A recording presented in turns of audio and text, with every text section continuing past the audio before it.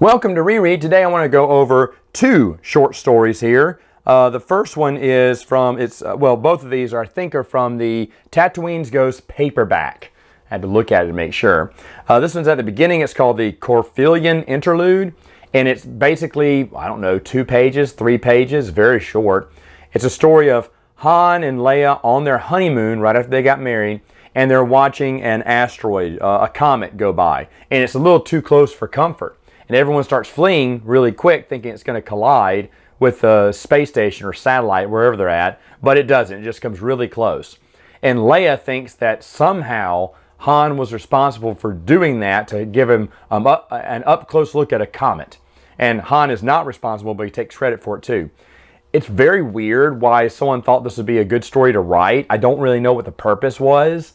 And like I said, it's only a few pages long. It's almost like Troy Denning wrote it and thought, where can I put this in? I'll just give it as a free short story with the paperback. But the paperback also got its own short story that was an ebook before then called A Forest Apart. Now this short story is a good 50, 60 pages. It's a pretty meaty story. I think about 4 solid chapters written by Troy Denning. And it's a story about Chewbacca. Chewbacca's with his family on Coruscant. They're coming to visit him. Mala and Lumpy are there. I guess Itchy couldn't come.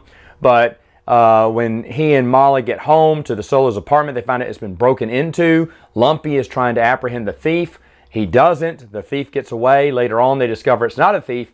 It's a spy. And he has gotten Leia's data pad and has a bunch of very important New Republic information on it. So then the Wookiees all go in pursuit of this Imperial spy before he gets away with Leia's data pad. And of course, they catch him at the end, apprehend him at the end.